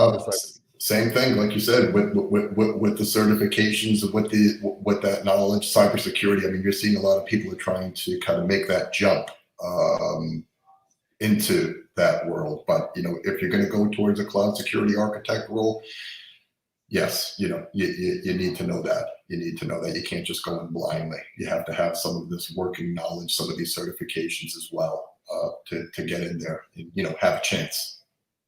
Actually, and while we're at it with certifications for security, these are the ones that I like, but let's see what you hear. I like the CISSP. I like the CEH Master. I like the Offensive Security Professional. And I also like the CCSP. These are the 4 that I've used successfully with people in the past, but I'm not a recruiter. Which ones do you find that make it easiest to get people good paying? I say the CISSP. CISSP is big, big, big. Oh yeah. I mean, that's more than what we see than the others. But absolutely, yeah. Because I like my people to have the CISSP along with the Certified Solutions Architect Professional or the Azure Expert for Cloud Security. Something that shows they've got something on the cloud and something that shows a professional security one. Mm-hmm. I stay away from the AWS Advanced Security because when you read the curriculum, it's not even like an intro to junior level security. So I like these big industry things, that look strong like the CISSP. And even if the CISSP, people call it wide and not super deep, what people don't realize is the CISSP is an architecture exam. It's a how do you design end to end. So of course it's not going to be configuration oriented, but the CEH Master would be. Well, the CEH Master is more about how do you break into stuff. So that's a good way to prove that you're technically competent too. Sim Davis, you have spent years focusing on soft skills being a guide. Good, hugely important. You love tech okay, so so you spent years focusing on soft skills. You love tech. What areas of technical knowledge or simulations should you focus on to learn the core skills? Well, Sim Davis, core skills are different for every job. Sim Davis, if you actually can tell me exactly the job that you actually want, then I can actually tell you what the core skills are. But I don't know how to answer that without knowing what job. Steve, do you have an answer for this? Or you? Well, I mean, that's the same thing. I mean, it's great that you have the soft skills, personality. So what types of areas in technical, what are you looking to do? Is it more systems, engineering, something where you're going to be client facing? Those are things that you kind of have to figure out where you want to be. Where is your passion in tech, or what interests you, if anything? If not, we could maybe have a discussion offline and figure out what what might excite you, and maybe give you some more direction, with that respect. But those are things you kind of have to figure out on your own, what you might love with regards to tech, because that's kind of a broad term, So feel free to reach out to. He's thinking he's looking for an architecture role. So, realistically speaking, and normally I'd say come back on a Monday or a Wednesday where we do this deep. But for an architect role, these are typically the things that need to be you need to know about. You need to have extreme knowledge of the network and the data center. And the reason you need to have the network knowledge of the network and data center is that's what the cloud is. The cloud is just a network and a data center that's been virtualized. And all you do as an architect is take the stuff from the network and the data center to move it to the cloud. And you can't move things if you don't know what they are. So it's all about knowledge of the network and the data center. The next thing to know, Sim Davis, is it's about the transformation. How are you going to use the technology to transform a business? So that means, for example, you need to have a lot of business knowledge or business acumen, meaning you must understand business and the industry well enough to transform a business. If you don't understand the business, you've got to learn business. So we teach that in our program, but you've got to learn that somewhere. There's the soft skills that are necessary to be a guide, which are extremely good. And then there's the soft skills that are necessary to close $1 billion deal. There are a different set of soft skills, so you need to train them as well. The ones that you have from being a guide are very useful, but they're still a little bit different, but you still need a different one. There still needs to be an executive communication skill, an executive presence, and emotional intelligence training factor. You probably have some of that from being a guide, but remember, you're going to be managing a team of a lot of people that don't work for you. So these are, typically speaking, the kind of skills that you need. We can talk about it in extreme depth on one of our How to Get Your First Cloud Architect Job webinars, which are completely free. And I'd be thrilled to do that. Or on Monday, we can dedicate about 15 to 30 minutes to this question because it's such a valuable one. And I'd love to do that. The next question is coming from CEO Trell, and it's a question for Steve. As he's powering through Mike's GCA course, what is one looking for on a resume in order to convey architect, not engineer or analyst? Design, probably architect, what would you think, Mike? I mean, you're looking for more of that architecture type terminology, I guess, correct? Yes, architect. So what it really you're looking for, Steve, is you're looking for that architecture piece, that design piece, but you're also looking for that transformation piece. Here's, what I didn't know as an engineer that I learned as an architect, and I should have known as an engineer. When I was an engineer, I wanted the biggest, baddest, coolest tech because it was tech. I mean, and to some degree, this is sitting behind my right next to my desk, a 24-port Meraki switch. I have 6 that are sitting right next to my desk right now, waiting to be deployed because part of me, 5% of me in my heart is still that hardcore engineer, that geeky person with the hat with the propellers on it, because I love the tech. But, that is not going to get someone hired. If I let this stuff being known about me, I'd be relegated towards engineering. But if I talked about increasing an organization's sales 11% through the use of a new e-commerce platform, or if I was able to talk about decreased defects in manufacturing by 7% due to lean manufacturing Six Sigma procedures enabled by XYZ technology, that's impressive. So what is the transformation, CEO Trell? So architecture work, like Steve said, all the design. So have the design, but also have some things that relate to presentations, some things that show some leadership, some things that point to architecture, and some things that point to measurable business transformation.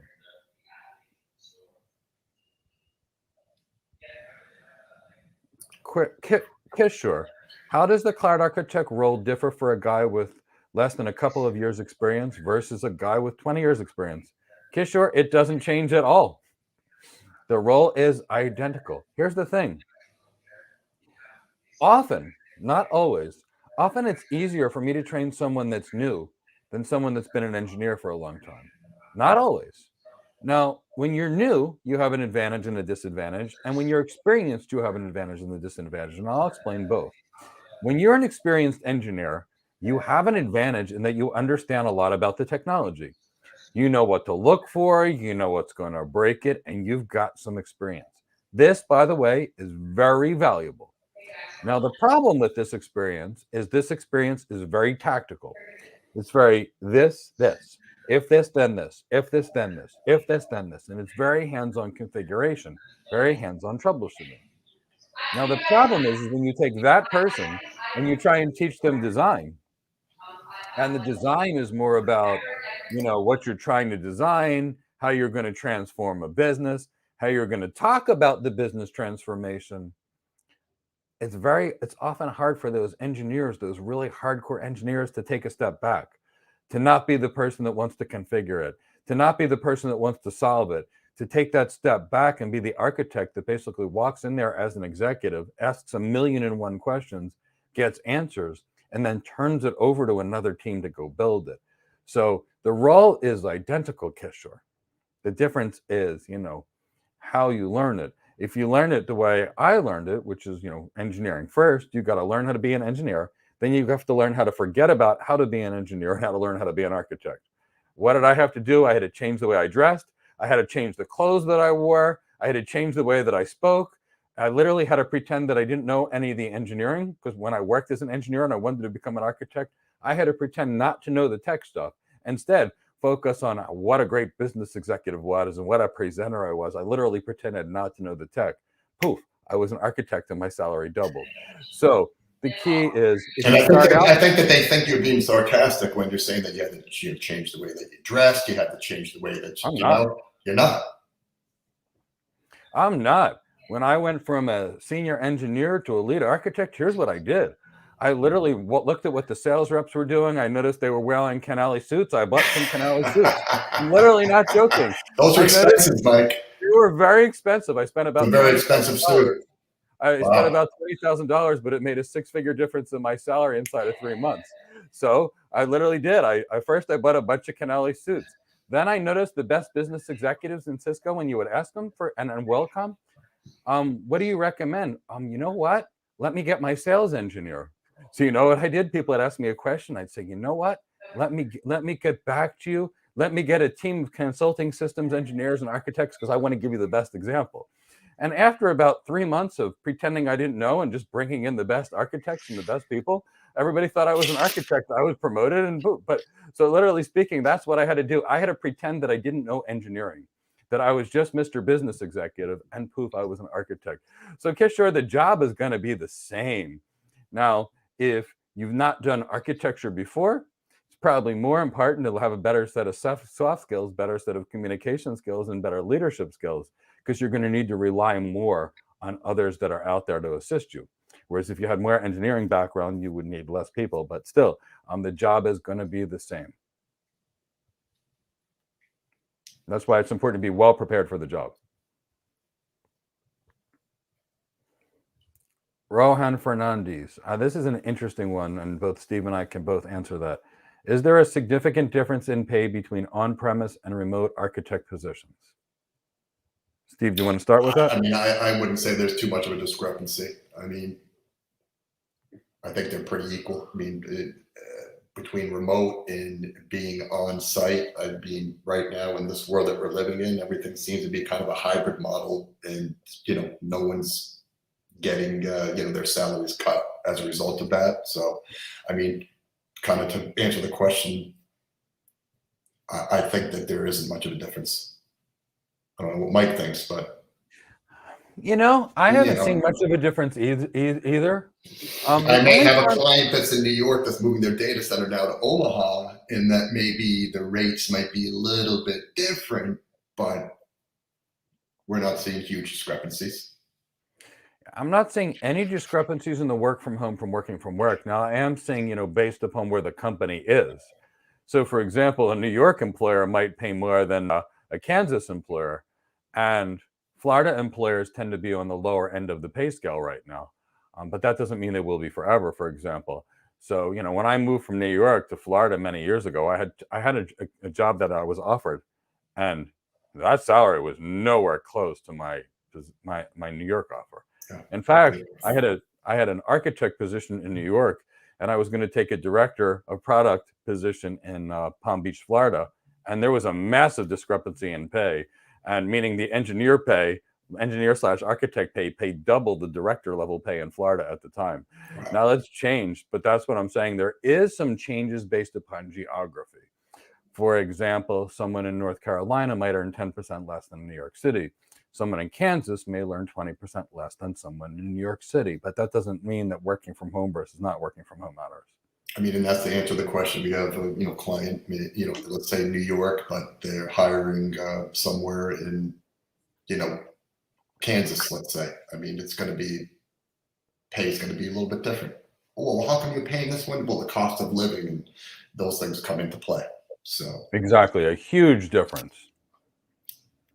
Now the question is once you move out of New York or you move somewhere else from where your job was, are they going to lower your salary? That's more kind of relative to that geographic. We haven't really seen that, but people are talking about that as well. Yeah, now oh wow, I see my good friend Banjika just popping on. Banjika, so welcome to see you. Shapur has a really great question. Oh, it's a good question. As I'm actively working as a full-time employee right now, do you think adding open to work label on your LinkedIn account will jeopardize your current job? I'm going to have you answer that first, Steve. I think it could. I think that LinkedIn is a heavily visited site for professional folks, probably your boss, probably your boss's boss. Open to work label is pretty much kind of throwing out there that you're maybe looking for something bigger and better, and that where you currently are maybe isn't the best situation for you. So you're kind of putting yourself out there to maybe jeopardize that. Absolutely. But what at least my approach, and if I see a profile or a candidate of someone that looks of interest to me, I'm going to reach out to them irregardless. They don't have to have an open to work label on them in order for me to approach. I like to approach people that are gainfully employed, not people that are, putting their advertisement out there that, they are looking for work. That also is going to increase your traffic by, a bazillion, which may be counterproductive, and you just kind of get spammed by recruiters that may not even be able to really help you very much. So, I would probably just kind of keep it off there. I would maybe try to fluff up your profile. What does your profile look like? How representative is it of you and the skills that you have, and the opportunities that you're looking to kind of move into for the next step, to make yourself more visible, but also take it in your own hands to maybe reach out to recruiters or look for opportunities where, there's lots of employers that advertise their open jobs, where they may or may not use recruiters, or they may also have another avenue to try to advertise their own jobs. And, maybe you can apply directly, that way to be a little bit more private. So that's my thought. When I see that green circle around open to work on LinkedIn, I almost look at it as a scarlet letter. Almost like, oh, this person is kind of like, what's going on? And, how good are they at what they do? And not to say it's a negative, but I don't really like it particularly. And Shapur, I have a similar feeling. So I have it on, as you know, Shapur, because I know Shapur real well. He's one of my students. He's incredibly smart. I look at things from a behavioral science perspective in everything I do. So I'll talk about the behavioral science perspective, Shapur, but I'll also talk about the algorithm first. When you put that on there, it's conceivable that the LinkedIn algorithm, which is based on helping people find jobs, pushes your content to more people. So it's most likely your manager's going to see that. Instead, comment on posts, make engaging LinkedIn posts, get people thinking, and people will just flock to you. And that way, now let's talk about the psychological perspective of open to work. And I've tried it too as a test. And I ran it as a test a while ago because I was just curious to see what would happen if I'd stick open to work. Now, here's the thing, Shapur. I get less responses if I put open to work down than if I don't put down open to work. And here's what I think is going on. When you are wanted or are already secure in something, the world wants you. So, for example, I was in high school. I didn't know how to talk to girls. I was bad at it. I had a girlfriend. All of a sudden, all the other girls were like, "Hi, Mike, you look nice." As soon as the girl broke up with me, all of a sudden, nobody wanted me because, I wasn't wanted. When you're employed, every day people are sending you job requests. When you're unemployed, it's harder to find one. If you're financially secure, the bank is going to offer you money for loans. If you need money, they're not. So I would almost say make that LinkedIn profile look like you are super good, super happy, and everything is perfect. Don't lie, because lack of authenticity comes across, screams, "Don't hire me." So be authentic about it. But instead, Shapur, and I know you've done some really amazing things. Highlight those on your LinkedIn account. And someone like you, for example, that works for one of the companies that has some of the best UX designers in the world, make a blog post about UX designer, for example. Make something about the cloud. Do something that's going to show all those great things that I know you have in you, Shapur. And that way, the world just sees you as an expert. That way, more people, more Steves of the world come to you. And also, more importantly, employers will see it and check it. And now it's not like your current employer is going to get angry. Your current employer is going to be like, "Look at that great employee that I have, and look at this fantastic thing what they're doing for the tech community. Maybe I need to promote this one to be a cloud architect when the next time there's a job." And that employer needs cloud architects too. So, that's what I would do. Some folks just keep it on there, open to work, just all the time, and then it just doesn't disappear. So I understand you want to be open to work because you want to advertise yourself like, hey, I'm looking for a new opportunity, but that can work against you, especially with your current employer. They see that, then they start wondering, and who knows, maybe they think about replacing you, or because you may be 1 foot out the door. So they have to kind of take care of themselves, and we may be one person out. So it kind of goes both ways. It's a sticky thing, but if it were me, I would just take Mike's advice as well, and mine, maybe keep it off and try these steps and see how that works for a bit. Yeah, I would definitely keep it off. Now, Pierre Lincoln has a great question. And, until a couple of years ago, I would have answered this quite simply. Pierre, in the US and in most countries, the employer pays the recruiter a commission to find the employee a job. So it's not something the employee typically pays. It's something that you find a recruiter, someone like Steve pitches me to a company, the company hires me, and then after the company hires me, the company pays Steve, assuming I stay and work there a certain period of time. Yeah, no one's ever paid us to find them work. Only the employer, the clients, pay us, whether it be a fee of the first year's salary, or percentage of their rate, contract. So never have we ever charged anybody for finding work. So the other side, if we could, that'd be great. But so Pierre, I want to make this clear, and I'm going to make this clear to everyone. Recruiters help you find jobs, and somebody else pays them to help you get hired. I'm going to say this again. Someone is paying these recruiters, experts at getting you hired. Someone is paying them to work for you. So find yourself some good recruiters. Now, I have met 1 or 2 recruiters in Florida that tried to tell me they wanted a $20,000 payment from the client to go work with them. I will tell you, if a recruiter is asking you for payment up front, they are not a legitimate recruiter. That is not what they do. So good recruiters are well connected with employers, and employers are happy to pay them because it's so hard to find a good employer. I mean, we very well have retainers with clients where they pay us up front to go and conduct a search for them. But that's the employer. Yes. instead of, having to find they'll hire our service, retain our services as well. But again, people looking for work never have to pay a recruiter to find them a job. And if they are, then I don't say it's illegal, but that's not the way that the industry runs itself. Not at all. Maurice has a question. How much does not having a degree hurt your job chances? I think it's. Steve, I'll let you answer that first. Certain companies require.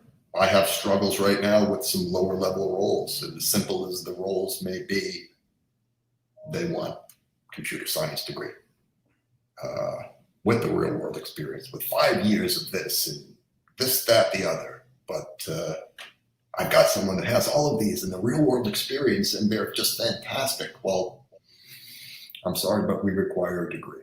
So are there opportunities out there? Sure, there's plenty of employers that don't require a degree, but if you want the real meaningful type of opportunities out there that,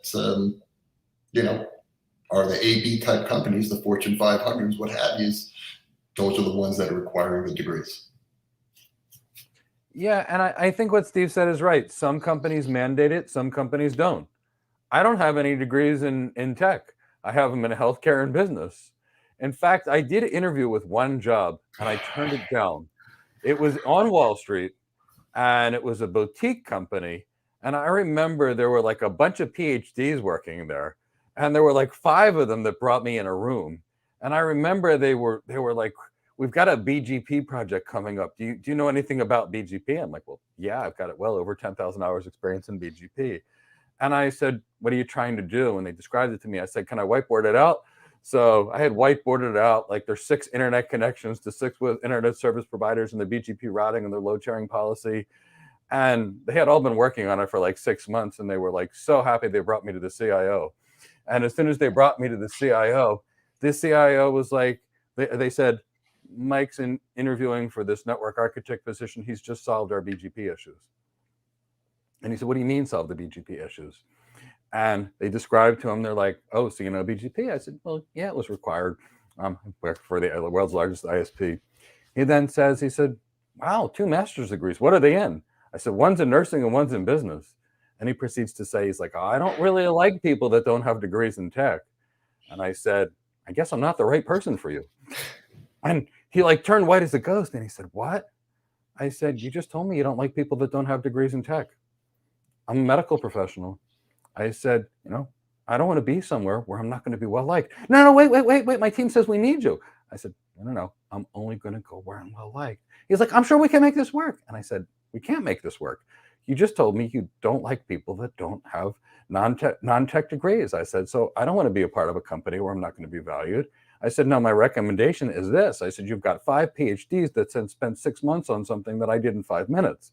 I said, instead of focusing so hard on PhDs in computer science, why don't you get yourself a Cisco certified internet expert that's got some internet service provider experience?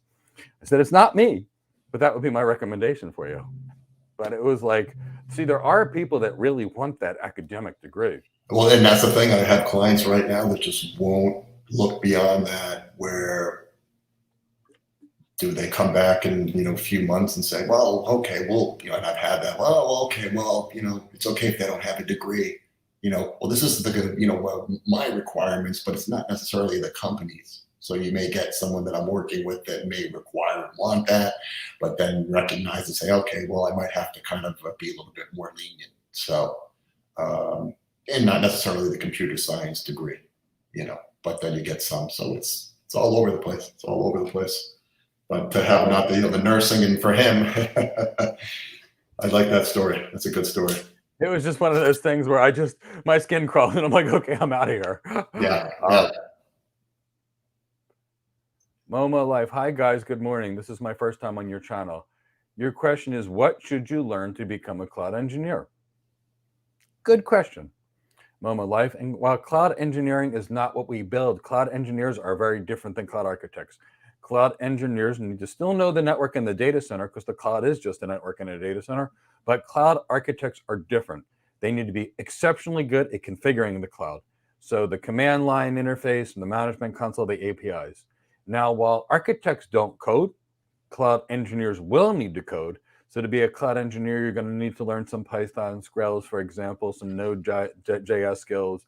As a cloud engineer, you're also going to have some good knowledge of Kubernetes and those types of services. As a cloud engineer, you're going to have to be really good with hands-on IAM things, such as Active Directory as well. And as a cloud engineer, you're probably going to have some good skills on things like Terraform in order to be able to optimize things. These are cloud engineer skills, which are, like I said, are very different than cloud architect skills. Steve, what else are you seeing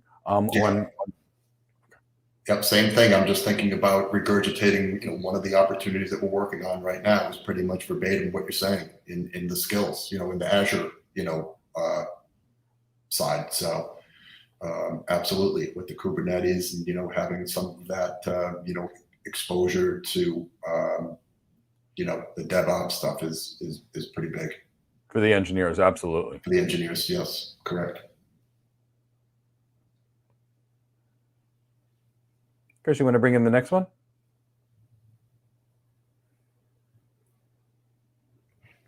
Natasha Singh. Hello, Mike. Natasha here again from South Africa. Welcome, Natasha.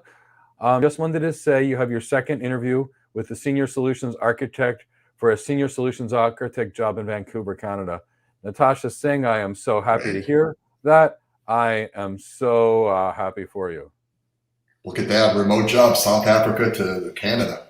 Amazing. There you go. Amazing. And you know what? I'm seeing a lot of work going on in Africa. I've got 100 Nigerian students, 50 wonderful Cameroonian students, a whole lot of South African students. I mean, all over. So it's pretty exciting to see how much tech advancement is going on. There you go. Someone else like me that has biomedical sciences. And that's the thing. That's what I love about tech. If we learn the tech, we can work in the tech. No one cares where we're from. Yeah. Or what we've studied. Good job, Natasha. Yeah, Natasha Singh, when you start looking at some of these job descriptions, I'll tell you my view of the job description. When I see a job description that's a mile long that lists every skill other than architecture, I think it's HR. I'm just going to say, that's funny you say that. We see a lot of them just mishmash. It's like a combination of two, engineering and architecture. It's like, well, which one do you want? And then you have to ask the employer so you can then prepare. I'm assuming you ask the employer so you know what they want, because otherwise you won't know which candidates to find. Yeah, well, that makes. Am I finding you an architect or am I finding you an engineer? Yeah, true. SM7. Is Steve's company focused on FAANG companies or focused moving away from FAANG? Is he able to share without breaking company contracts? So SM7, I think, will help Steve out with this. I can tell you that Steve does more than just Facebook, Apple, Amazon, Netflix, and Google. And then, because I know for a fact he's placed me at many other companies other than just those 5. I'll let you answer. Those are my least favorite companies to want to work with. Okay, that's just a big black hole of a big mountain to climb and just a big, huge conglomerate. So not to say that we haven't, but not as much. Not as much. A lot of them, like Mike was saying. Mike knows our niche. And I want to make it clear, SM7, just to let you know, the Facebook, Amazon, Apple, Netflix, and Google are not where most of these jobs are. People seem to think that they're going to work for Amazon. That is the smallest percentage of these jobs. It's the big banks that need a team of cloud architects. It's the global retailers that need a cloud architect. It's the military that needs cloud architects. It's the the MSPs that need cloud architects. It's the internet service providers. It's everybody that needs cloud architects. And limiting yourself to these Facebook, Apple, Amazon, Netflix, and Google is severely limiting your salary. It's severely limiting your career opportunity, and it's severely limiting the job. Those aren't the only places. Everybody's thinking that's mom and dad's IBM of the back in the day of these big. I'm going to work at Facebook forever. Those are the there's so many companies out there that offer so much more than these just big organizations. And I'm not going to say anything negative about these organizations. They employ a lot of our graduates. They're great companies, but realize the majority of all the good stuff out there is not with them. It's going to be on Wall Street, where someone's bonus is bigger than someone's salary would be in one of these FAANG companies just by getting your bonus. So there's a lot of great jobs out there. Don't limit yourself. Okay. SM7, your son will be 16 soon and is interested in being a cloud engineer or architect. What can he do for now? Well, he has Python and Java basics. He can do whatever he chooses to. If he wants to be an architect, he can start learning architecture. He can start learning the design of the systems and the network and the data center. If he wants to be a cloud engineer, he can focus on learning how to configure stuff. And he can focus on scripting and programming and building things. He can do whatever he likes.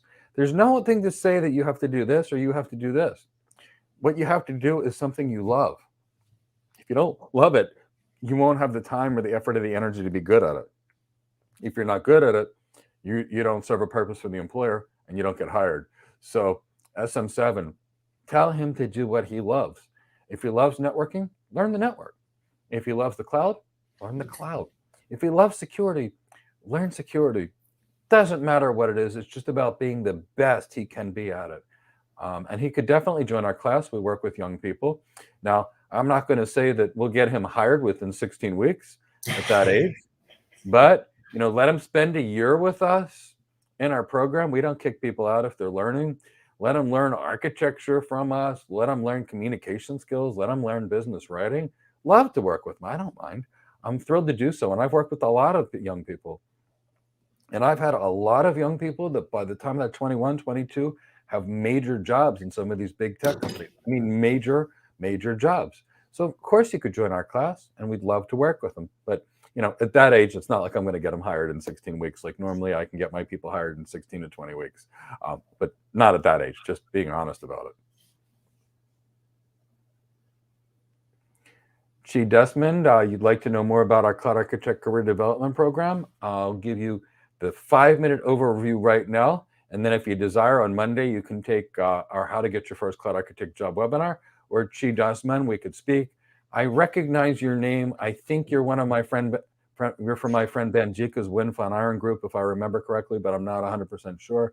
Our Cloud Architect Career Development Program is as follows. It is a 16-week program, and it's about 250 hours. And twice per week, we have live architecture training in the program for about 3 hours at a time. In fact, our next class is at noon today, and people that would sign up now will be in our next class. So twice per week, we do live architecture training. Now, Chi Desmond, in between classes, we teach our students networking, data center, architecture, business acumen, communication skills, executive presence, presentation skills, everything necessary to do the job. So we have 2 live classes per week, and then we have videos on demand and assignments people do. They submit for Slack and they get feedback. Then Chi Desmond, we also have a lab component. Now we have specialty labs in our program, and the labs are based upon giving you real experience that employers care about. Our students will set up server virtualization, build containers, build firewalls, build VPN concentrators, build the LAMP stack for web applications. My students will build and set up Active Directory servers, network file sharing, storage, all of it. And then my students will even build the cloud. What kind of a cloud architect doesn't know how to build a cloud? So if you want to be great, you have to know how the cloud works. And how do we teach people how the cloud works? We make our students build the cloud. So that's the high levels of our program. We've got a program that literally takes people from day one, teaches the fundamentals of the network, the data center, the cloud. Then we teach all the business, leadership, communication skills. Then we teach interviewing skills. We teach salary negotiation skills. We teach it all, and that's our Cloud Architect Career Development Program. If you've got questions, you want to learn about it, you can call us, for example. I knew your name, Chi. I had a feeling in my mind you were Cameroonian because I was drawing a conclusion with my good friend Benjika when I saw your name, Chi. We may have spoken in time. And you're looking for a remote role. Can recruiters help out? Recruiters can definitely help you out. I don't know if Steve has a lot of work in Cameroon, so you can ask Steve, but definitely recruiters can help. Steve, I think you're speaking into a mute button. And I think she's probably also asking, whether she could work remote from Cameroon to, maybe with an employer, whether it be anywhere in, I guess, in the world. So, I mean, it's possible.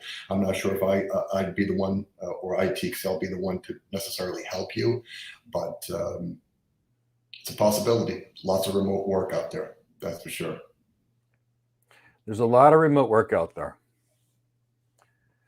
Valentine, for a developer with 10 years experience, wouldn't it be good for them to go to DevOps in the cloud? Valentine, it's about what you want to do with your life. If a developer wants to do DevOps, yes, it's an easy transition, and I think it's great. But if the developer doesn't want to do DevOps, then I don't think it's good. If the developer wants more than DevOps, maybe they want a bigger career, or whether they're looking for more advancement potential, then architecture is great. But I think DevOps is one of the top 10 best tech careers and one of the most in-demand tech careers, because the future is automation, automation, and automation. So DevOps is a fantastic career for developers, but it's like anything else, Valentine. Do what makes you happy. If you're happy with it, then do it. If not, do something else. But no, I feel like it's a great career. If that's what you like, and that's what you're good at, you want to continue, and then that's great. Probably be easier instead of having to kind of learn something new, kind of build upon with what you know. Here's a great question from Jeremy, right? Hi, IT Accel. Do your remote roles require a job candidate to live in a specific state? No. You can live, maybe depends on the client, maybe East Coast time, what have you, depends on the hours. I mean, if you're flexible and open to maybe working East Coast time, if you're a West Coaster, sure. But you don't have to be in a specific state. Time zone sometimes, but you don't have to be in that state. Adam Say, what do you think of applying for internships for a company based in the US to get potential experience to kickstart your career? Or should he just apply domestically? He's currently in Asia. Adam Say is a very, very, very smart person. He's a student of mine. So I'll let you actually answer that, Steve, because he always gets to hear from me. Sure. I mean, if you're looking to move to the US, sure. And especially with the remote options to kind of get your name out there, if that's your goal, to try to focus, with organizations in the US that are going to allow you to do these remote, being in Asia. I mean, if that's your goal, unless you're just looking to get experience, with US based type companies, I'm not really sure what your ultimate goal is going to be. If you're looking to kind of make your way towards the States, then I think it's a great idea to try to get that experience and, internship, applying here, in the US. I think that way Steve answered that was perfectly, Adam. I'm sure we could find an internship for you in the US, Adam. I think that would be pretty easy for you. Yeah. Chad Kramer, you're currently on our class. Yes, Chad just joined us very recently. He's Azure certified, working on the CCNA, and has more than a decade of various experience in IT. But I recommend sending out the resume now or waiting until a certain course is completed. Okay, well, I know Chad. So Chad, I would recommend that you get a little more architecture experience and a little more architecture knowledge prior to sending out your resume. I know your background, Chad. Your background is relatively good and strong. If you send it out now and get hired, you'll get hired. If you send it out and get hired, a month or two from now, because you'll have so much more depth, the job that you'll get hired for will be such a better job that you'll be able to stay in that job longer. So personally, I would recommend waiting until you're truly great as opposed to very good. You're very good and you would benefit any employer right now, Chad. But I feel like if we give you another month or two, you're going to be so good, you're going to have better options. Mm-hmm. I mean, you could also put on the resume maybe the certification in progress. I mean, you haven't finished it. If you see that one opportunity that, you may miss out on because maybe the certification isn't done, completed as of yet, and that could be a case by case. But as to put your resume on the public domain without the class completed, I wouldn't do that. Good advice. Kind of maybe can handle, play that approach. Now I've had candidates that have put that they were certified in certain things and they weren't, and they lied, and that came to work as a disadvantage. And I had an employer want to hire and wanted to see the certification on paper, and this person didn't have it. So if you do put it on, you might want to, of course, make sure you put in parentheses "in progress." Don't say that you have it unless you have it. That I 100% agree with. That just comes down to whether an employer, we're just being honest, and they see someone being dishonest. Well, what might they do if they're hired? So those are things to keep in mind. Lowest salary starting, I'm seeing for entry-level cloud architects and cloud engineers. The two different jobs, so I think we should break them down. The lowest cloud architect salary you're seeing versus the lowest cloud engineer salary you're seeing. I mean, cloud engineer could be anywhere from 75 to 100. Architect maybe anywhere from maybe 110 to 130. I mean, entry level though. Entry level. Yeah, that's about an entry level role from what I would. Yeah. Probably around that. What do you think, Mike? What I've noticed with architects is that they either fall into this entry level range where somebody gives them, that 100 to 130 is a basic job, or they become really senior and they fall into the $200,000 to $400,000 range. They're either, and the difference is never the technical ability.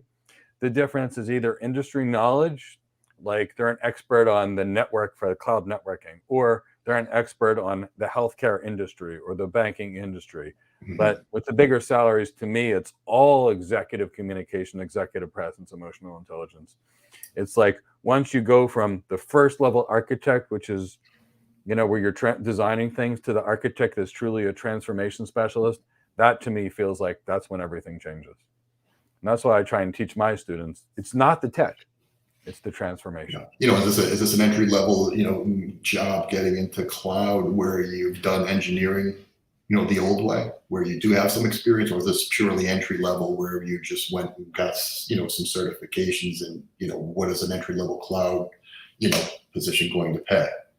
So that may change, maybe a little bit less, as well. Yeah, and I think that's going to happen as supply and demand curves change. We're going to see changes in pricing and strategy. The cloud providers are working very hard to make the cloud engineer role low paid. Now, they're not going to be able to make the cloud architect role low paid, but they're working very hard to lower the cloud engineer salary. And the way they're doing this is they're flooding the market with certification training. And the certification training is not geared towards architects. So as architects, we're safe. But the certification training is, here's a bucket, here's how to configure it. Here's a bucket, here's how to configure it. Here's a bucket, here's how to do it. And the ways in the cloud providers are doing all this, free low-cost training is they're trying to turn it into a commodity where, it's just clicking a few buttons and it makes it simple. So cloud engineers, I worry about that long term. Cloud architects, it's really hard to replace a business transformation specialist with someone else that could be somewhere else. So big difference in the roles. So much more safety in the design positions. And, the reason is the engineer is the configurer. Does it matter where the configurer is anywhere in the world? It's meaningless. So if I can hire a configurer in one continent for $15 an hour and get an expert, and another continent for $10 an hour and get an expert, I don't need a $70 an hour configurer in America to do it. Well, that leads to the conversation wrapping up the call soon enough here in the next few minutes of what opportunities we currently have at IT Accel that we're working on. And it's the Azure Cloud Engineer. And it can be remote anywhere, preferably in the US, preferably maybe in the Midwest, not necessarily the West Coast, because they're doing some business in London time. But you need to have the DevOps, background. Because it's an engineering position. Exactly. So you've got right now cloud automation, CD, CI pipelines, PowerShell, Terraform, Kubernetes, Jenkins. Of course, it's a laundry list. Azure policy, understanding cloud governance.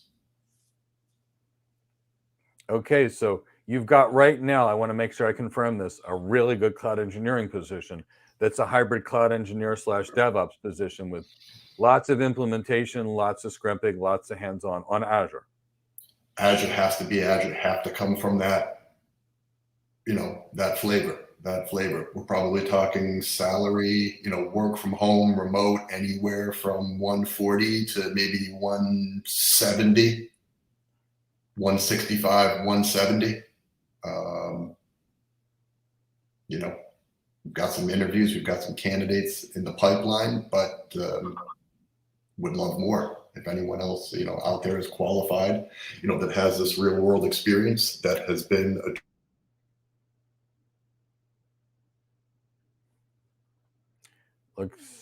Let's give Steve a minute. It looks like he's having a little bit of an internet bandwidth. He moved his computer. I'm pretty sure he's hardwired in, and his Ethernet cable probably jiggled a little bit. Okay, so let's give Steve a minute. In the meantime, he's got this great cloud engineer position that he's describing. And for this cloud engineer position, I want to at least make sure that, what's the word I'm actually looking for? That you know to send your resume to IT Accel. Now, it looks like there's some questions that are actually still here. There's a lot of questions that are still here. A lot. Yeah. So we have two options. We can use them for future video suggestions, or I can. Are they questions that we still have questions all the way back to 10:05? Okay, I mean I'm happy to take some. I don't know Steve's time, so we have to be very mindful of Steve now that he's back.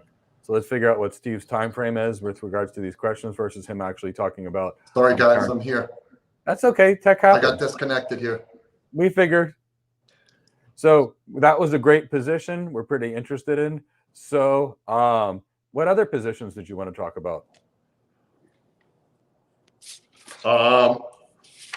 Right now, I'm actually looking for, also looking for an architect, Azure, same client before we got cut off. We're probably talking, 175 to 200 base, also, on the architecture design side. So same client, based in the Midwest, but again, the job is remote. And that's a base, which means there's a bonus people need to know. That's the base, and then also, probably looking at 20% bonus on top of that. So there you go. That gets you close to that $300,000 range again for a solid architect. Yeah. Yep. That's what I'm saying, because that's what I'm seeing from architecture positions. At the low end, they've got those $120,000 ones. But for the people that really know that business transformation.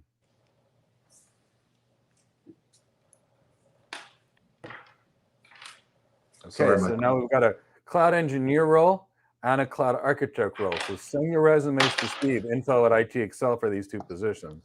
What else is important to you guys, Steve, right now that you're trying to fill? Right now, I am looking for a network manager, someone to run a team of, network engineers, not necessarily cloud-based, but, looking for, somebody to come in and, run a team, remote investment bank, probably talking, 2 to 220 on the base, probably another 20% bonus as well. Anyone at all, has that skill set, feel free to reach out. I know some of my students have very strong network backgrounds and network management backgrounds. So if any of my students are on there from the networking world, or any of the networking people that I know that are attending, sounds like a pretty good job to me, because these are all base salaries and these all have good bonuses as well. Yep. Here we go. Trying to turn you guys up. I'm over here on my phone. I apologize. Things happen with tech. You're talking about jobs that you have available that would be good for our audience. So keep talking about them. We're thrilled. What else are we looking at? Looking for a broadcast engineer for a client out in Los Angeles. Anyone has a broadcast systems engineering background, Microsoft background in the broadcasting space. That job that it is probably looking at 120 to 140. Work remote. Clients are based out LA. Doing some travel domestic, probably about 20% to go visit clients. They work with a lot of the big broadcast organizations out there with the NBCs and the ABCs, CBSs, and Disney as well. So anyone with a broadcast background, we have that. I think that's pretty much it. Looking for engineers out in Nebraska, for another client that I'd kind of talked about, looking for strong Cisco engineers. And what else here, guys? So it's networking engineers, networking managers, cloud engineers, cloud architects. Keep going. Yep. I know if you've got something you need to fill, we get a lot of people on this channel, and I want them to hear about these great positions because I want them to go to you guys so they can get hired. I appreciate it. And definitely the cloud people that are on, that are cloud focused, feel free to reach out. You have any of those skill sets, if you're still just trying to kind of get into the industry, we'd love to try to help you out, reach out. We can't promise the world, but we'll sure, talk to you and try to help you out, give you some advice, maybe give you some direction if we can't help, to maybe go out there and be successful. So. And it's great. And, one of the questions that popped in is, how do people reach out to us, Chris? So Chris, if you want to pop in, our numbers, our email address, like for Vinay Mehta just asked how they could reach out to us. So you can list, Chris, if you can pop that on real quickly on the bottom of the screen. Plus, I'll actually put my phone number in the chat box. Well, it's not my phone number, it's the company's number, but people can call and they can reach out to us.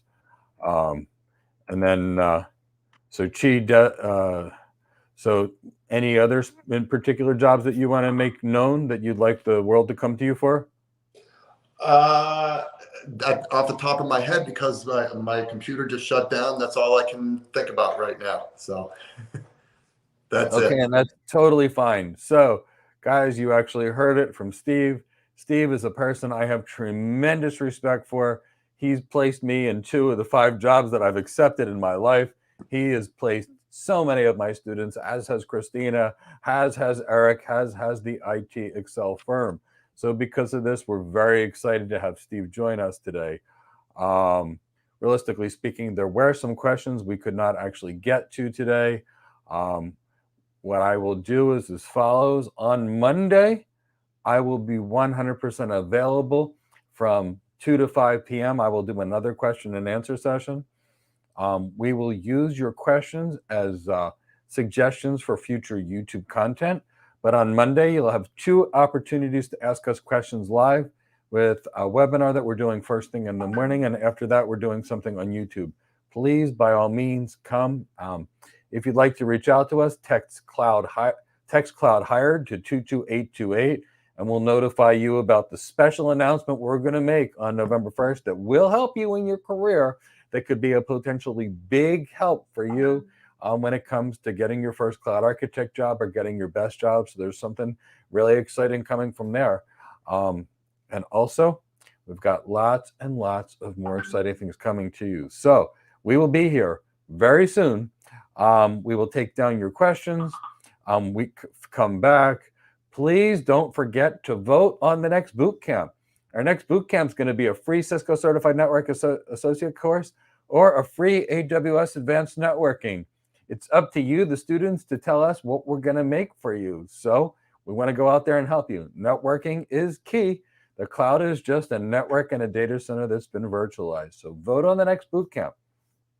If you've enjoyed this conversation, if you can smack that like button, it signals all the algorithms that what we're doing is useful. If you can share this content with someone that's trying to get a cloud architect job, if you can share this with someone that wants a cloud engineer job, a network engineer job, we're trying to do everything we can to help that cloud architect community. that cloud engineer community, the network engineer community, the network architect community. And we've got so many exciting things to tell you about. One special one is November 1st, but there's about a half a dozen things that are going to be out there, and they're all coming up, and they're all really, really exciting. Steve, I want to thank you for joining us, sharing your 20 years of recruiting experience. IT Accel, they have about 20 recruiters with, and they've been around for 20 years. So think about 400 years of industry experience helping tech professionals get their first tech we got job. a great team, so feel free to reach out. So please reach out to Steve. Please reach out to Christina. Please reach out to some of the people by reaching out to info@IT Accel. They can and will get you hired. They are great recruiters, and I'm grateful to have you here, Steve. Steve, I'm looking forward to the next time we have someone from your team come in 2 weeks. My audience is really grateful. For my audience, if you can appreciate this, if you can hit the like button, and if you can type #CloudHired, we know that you're paying attention. We are not about certifications. We are about getting people cloud hired. It's a very different role. We work very hard to get our students hired. It takes a team of people that are with us, a team of people in the industry, and you've got to have some people on your team, have some recruiters on your team. And Steve and his organization are some of the best. So we brought them to you. It's free to reach out to them, and they can get you cloud hired. So reach out to them. Alonso, my friend, it's so good to see you. Benjica, wow, my good friend Benjica. He teaches so many people cloud computing. He helps lead a group called Wind Fun Iron. I occasionally get to participate. It's a group of Cameroonians. Thank you. It's so nice to see you, Benjica. Alonso, my friend, it's good to see you. Evo, I'm super happy to see you as always. Shapur, thank you so much. Thanks, guys. B3 Collector, so nice. Evo, good to see you again. Cloud Hired. Shapur, Cloud Hired. Thank you all so much. It's again been such an honor and a privilege to speak to you all. Several of you have actually called me while we're actually on this speech.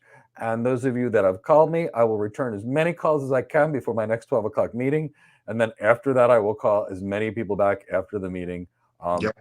Hit the web page, vote, and we'll come at you with something soon. Steve, I want to thank you so much. And Chris is here to tell me I've ran too long. No, Chris, somebody said hi to me when I jumped on earlier when Steve broke. So I wanted to say hi. Oh, okay. So, all right. Chris, thanks, guys. Make sure that we stay on track. And Chris, I'm thankful for that. Take care, everyone. Bye, everybody. Bye, everyone. Take care.